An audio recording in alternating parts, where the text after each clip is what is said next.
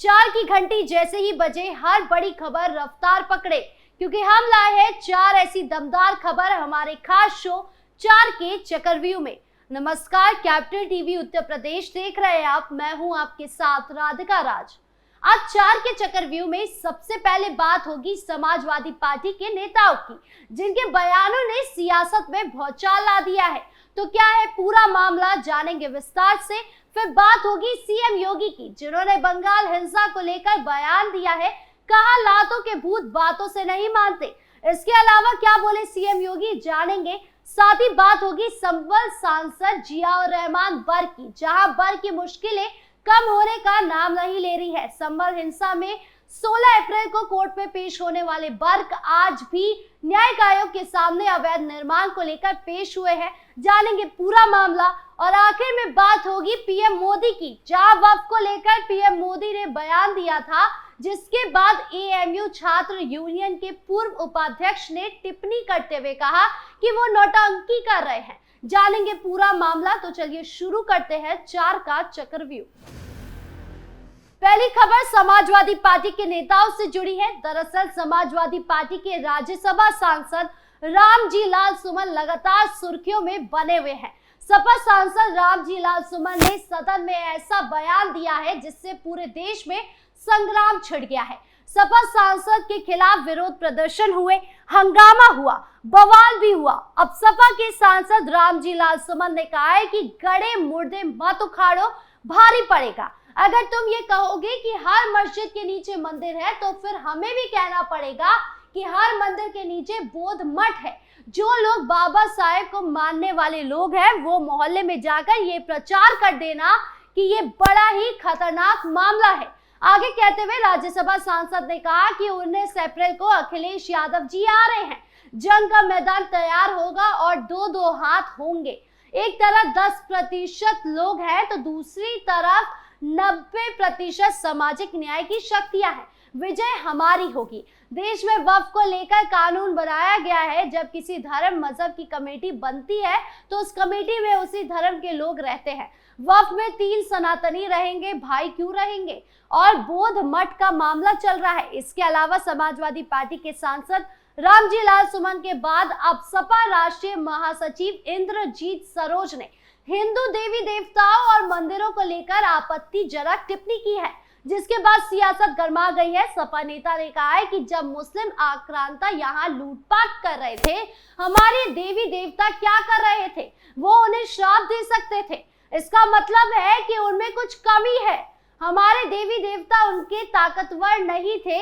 सपा महासचिव ने कहा कि जब मोहम्मद बिन तुगलक इस देश में आया, विदेशी आक्रांता थे, वो अरब से चलकर आए थे और लूट कर चले गए।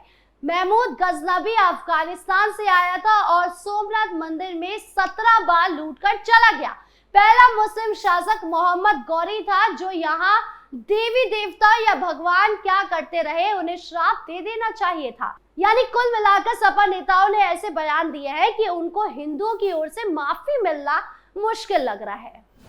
बढ़ते अगली खबर की ओर, जहां बात सीएम योगी की। दरअसल पश्चिम बंगाल स्थित मुर्शिदाबाद और 24 परगना जिले में भागड़ में हिंसा के बाद स्थानीय प्रशासन का दावा है कि हालात नियंत्रण में है। इस बीच उत्तर प्रदेश के मुख्यमंत्री योगी आदित्यनाथ ने मुर्शिदाबाद को लेकर बड़ा बयान दिया है। सीएम ने कहा कि लातों के भूत बातों से नहीं मानेंगे, दंगाई डंडे से ही मानेंगे। जिसे बांग्लादेश पसंद है वो बांग्लादेश जाए।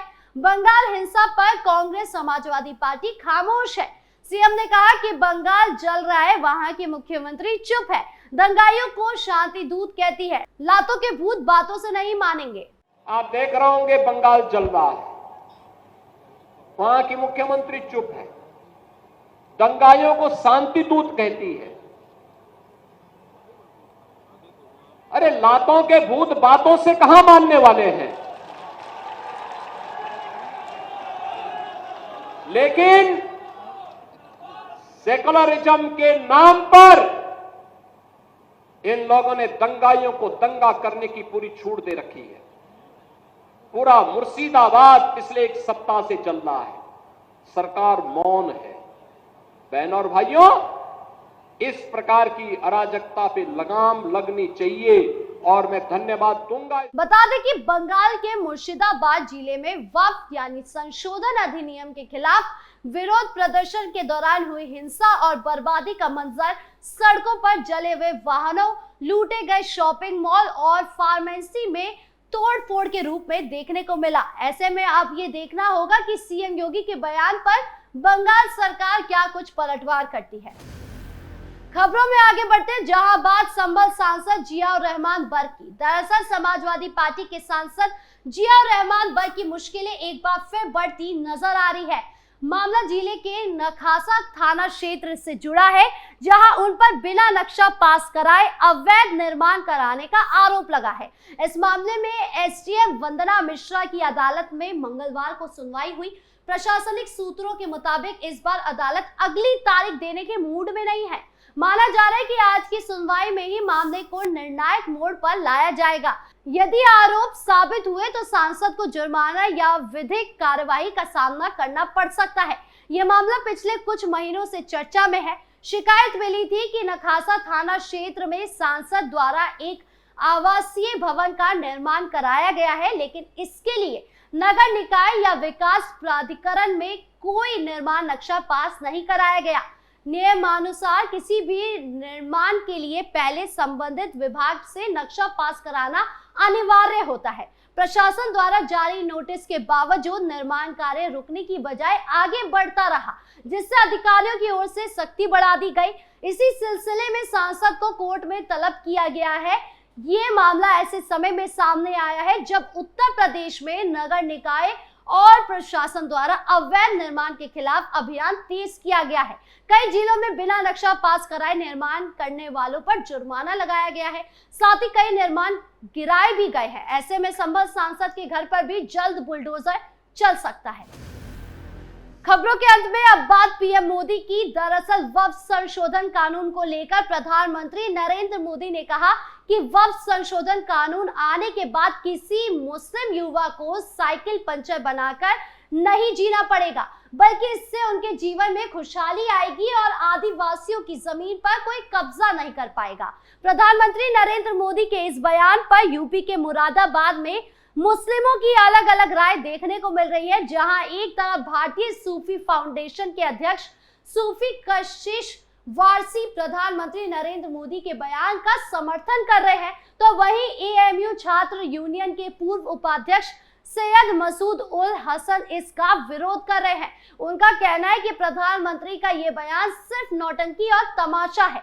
वो मुसलमानों को अगड़े और पिछड़े में बांटना चाहते हैं, जैसा उनके यहाँ मूलवादियों और पूंजीपतियों में है, लेकिन हमारे यहाँ मुसलमानों में ऐसा कयामत तक नहीं हो सकता, क्योंकि मुसलमान में तो नमाज के अंदर सब बराबर है। हमारे यहाँ कोई अगड़ा पिछड़ा या अमीर गरीब नहीं होता, सब एक साथ नमाज पढ़ते हैं। मोदी मुसलमानों को बांटना चाहते हैं, और मोदी जी अगर पसमानदा मुसलमान के इतने ही बड़े हितैषी है तो पिछड़ों में 7% आरक्षण व पसमानदा मुसलमानों के लिए कर दे।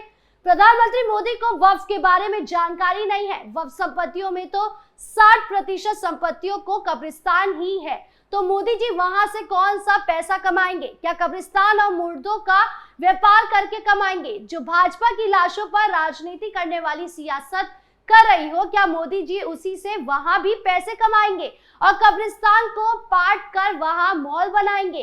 तो वही प्रधानमंत्री नरेंद्र मोदी के इस बयान का स्वागत करते हुए भारतीय सूफी फाउंडेशन के अध्यक्ष सूफी कशिश वारसी कहते हैं कि प्रधानमंत्री का ये कथन बिल्कुल सही है और उन्हें उम्मीद है कि इससे गरीब मुसलमानों को फायदा होगा। अगर पिछली सरकारों में काम हुआ होता तो मुसलमानों की हालत इतनी खराब ना होती, बल्कि वक्फ संपत्तियों और कब्रिस्तान बेच दिए गए होते। इसीलिए हम प्रधानमंत्री से मांग कर रहे हैं कि भू माफियाओं से वक्फ संपत्तियों को कब्जा मुक्त कराया जाए और इस पर मुसलमानों के लिए स्कूल, कॉलेज, यूनिवर्सिटी और अस्पताल बनाने चाहिए। गरीब मुसलमान का दर्द दूर हो और उनके एक हाथ में कुरान और एक हाथ में लैपटॉप हो।